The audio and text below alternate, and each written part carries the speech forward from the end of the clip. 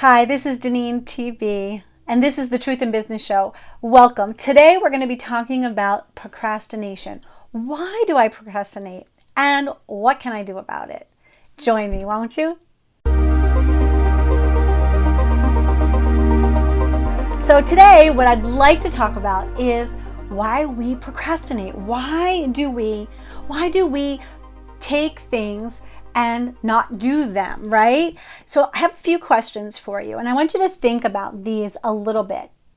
Answer this. If I didn't procrastinate, you fill in the rest.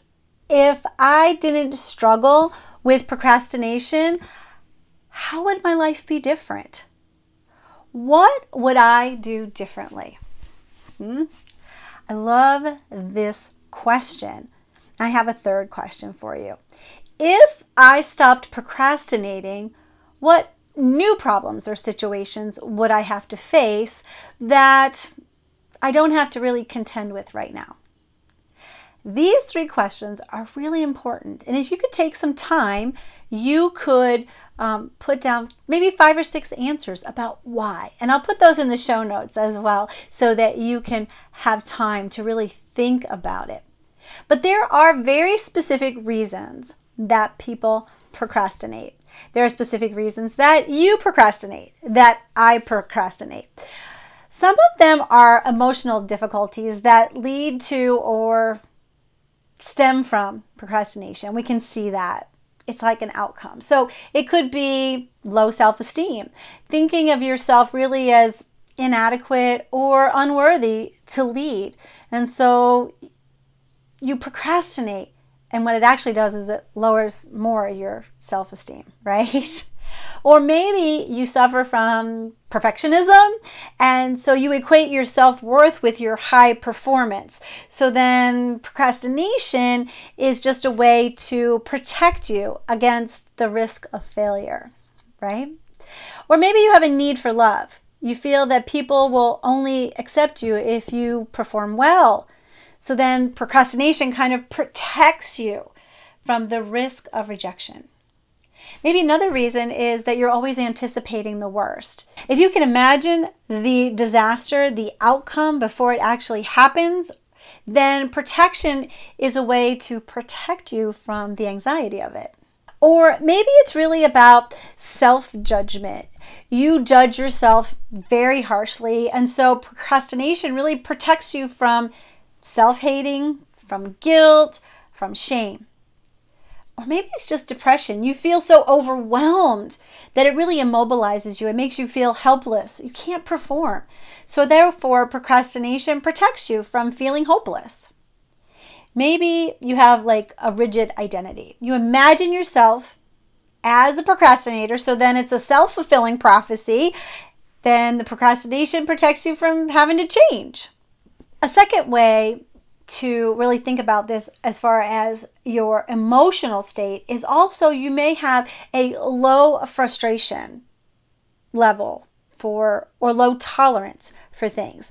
Because if you're really unwilling to do the hard tasks or to really have that delayed gratification, if you wait for some kind of internal motivator for your inspiration, then procrastination is really a means of avoiding the hassle. The third thing could be hostility. If you are disappointed in all the demands on your life, if you feel kind of spiteful towards maybe teachers, parents, bosses, and you failed to meet their expectations, then you can take that on, and procrastination is really a means of rebellion. There's lots of different ways to look at this. I mean, we talked about all those emotional things, and then we talked about the tolerance, and then we talked about the rebel in you. So where do you see yourself? Where is that procrastination coming from with you? If it's coming at all, do you see yourself picking and choosing a little bit in each of the categories, or do you sit really mainly in one? Now, you may think that there are legitimate reasons for procrastination, but they're really called excuses. Sorry. The first thing I've heard people say is they feign ignorance. I didn't know that I could do it, or I didn't know I was supposed to do it. Have you found yourself making that type of excuse?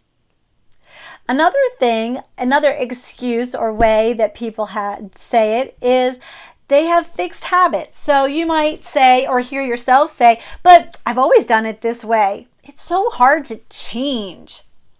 Maybe it's just you need some inertia. Have you heard this? I just can't seem to get started. It's so hard to drop everything and then just pick up another thing. Is that your excuse? Or maybe you kind of say frailty of memory. Oh, I just forgot. That's another procrastination excuse. Maybe you try to use your skill deficiencies by saying, but I don't know how to do it. Or maybe you talk about it as a physical problem. I couldn't do this because I was sick. Or maybe you use excuses that are appropriate delays, such as, well, I'm waiting for the best time to do it, or I really need some creative inspiration, time, leisure. So what are some excuses that you've used for procrastination? What are reasons that you maybe tell others, or you even tell yourself? Did one of those ring a bell? I'd love to know. So I have some really frequently used procrastination tactics. This is really the how-to, right? The how-to of procrastinating, right? So what do you do? How do you procrastinate? Do you just put it off for later? Do you wait on something else? Like, I can't start that project until this person gives me instructions. Maybe that's what you do. Or maybe you choose the immediate pleasurable opportunity, kind of that carpe diem, seize the day, and you don't want to get into the other stuff. Maybe you daydream and fantasize about what you're going to do, but you don't actually do it. Maybe you avoid by losing yourself into TV, music, movies, books, magazines, or any other kind of entertainment. Maybe procrastination looks like acting impulsively for you without thinking about the intentions of what you're doing or the consequences if you do it. Maybe you read the classics, listen to classical music, do other things that are cultural activities so that you feel like you're doing something important, but it's really a substitute for just acting. Maybe you develop some other kind of compulsive addiction, overeating, maybe running, or maybe just things that take your time and attention. Maybe you're just passive and you're just waiting for fate or some circumstance or something to rush in and rescue you from your circumstances. I've heard lots of rationalizations as well for procrastination. But before I get into those rationalizations, and maybe you will hear yourself, I wanted to share a verse with you today. And this comes from Proverbs chapter 6. And I know that we pull out things sometimes in little pieces of the Bible to make it what we want it to mean. So verse 4 says, don't put it off, do it now. Don't rest until you do it. And it's talking about swallowing your pride and asking someone to forgive you for a debt. Okay?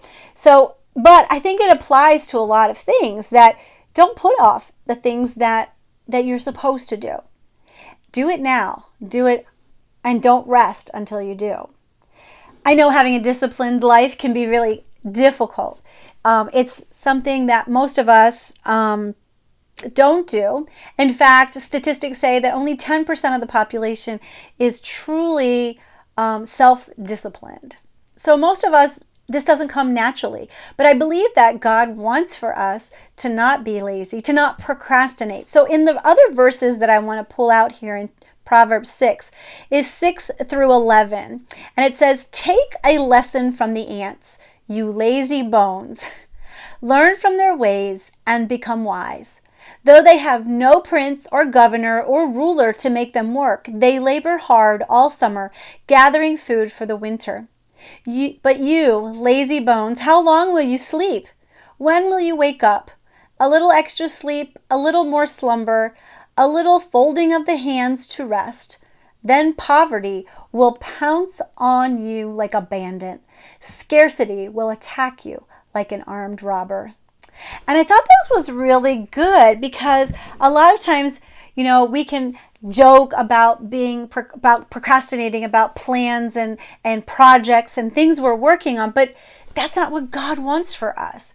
He doesn't want us to use these excuses. He came to give us life and to give it more abundantly. So he wants us not to use these. So as I go into this part, I want you to think about, have I used these rationalizations before? And really, it's procrastination. Have you heard yourself say, "I work better under pressure"? Or, "I don't know how to do this right. I just can't do it." Or, "I really don't want to do this." Or maybe you've said, "It really won't make a difference if I put this off." Or maybe you've said, "I need to be in the mood to do this." Or maybe something like, "I know I can pull this out at the last minute." Or maybe you've said, "I'll save myself time and effort if I wait and then just do all of this all at once." Or maybe you've said, "This moment, this opportunity will never come again." Or maybe you've said, "Forces beyond my control kept me from doing this." Or maybe you've said, "I've worked so hard, I just don't have any energy left." Or maybe you've said, "No one really cares whether I do this or not." If you found yourself saying any of those things, I want to encourage you to look at what's coming out of your mouth. What are you saying to other people in your life? How are you showing up for them? Are you making excuses? Are you saying things that are contrary to what God has told us to do? God doesn't want you to procrastinate either. I don't want you to procrastinate. I want you to attack every project, every activity, everything that God puts in your path, every opportunity. I want you, He wants you to not have the excuses, to pull those away from you. He gives us so much in His Word to help encourage us, support us, let us know that He is with us no matter what. And that if He's bringing things into your life, He wants you to choose the best, to go after it, to do it. And as a Christian businesswoman, that's what we need to do. We need to have the same mindset of attacking a business project as we do as attacking a project at home, a project for our faith. Our faith is work. We need to make it a project. Not procrastinate, not use these excuses. God is continually transforming us from the inside out. We can't stay the same. We can't use these excuses. We can't use these way of being that we have been doing for so long. Get the procrastination out. If you don't know how to do that, I have lots of other videos about creating habits. Creating a habit helps you beat procrastination. I would love for you to connect with another video about creating habits that really work, that you can stick with, and how to do that. In the comments below, I would like you to put your procrastination excuse. What did you hear, or what did I not say that you use for your procrastination reason? Why you procrastinate. It might be the emotional part. It might be that reason behind it, but what excuse do you use? What is that thing, that quote, what did you hear? Put that in the comments below. I love that you're here with me right now, and I thank you so much for being here on the Truth in Business show with me.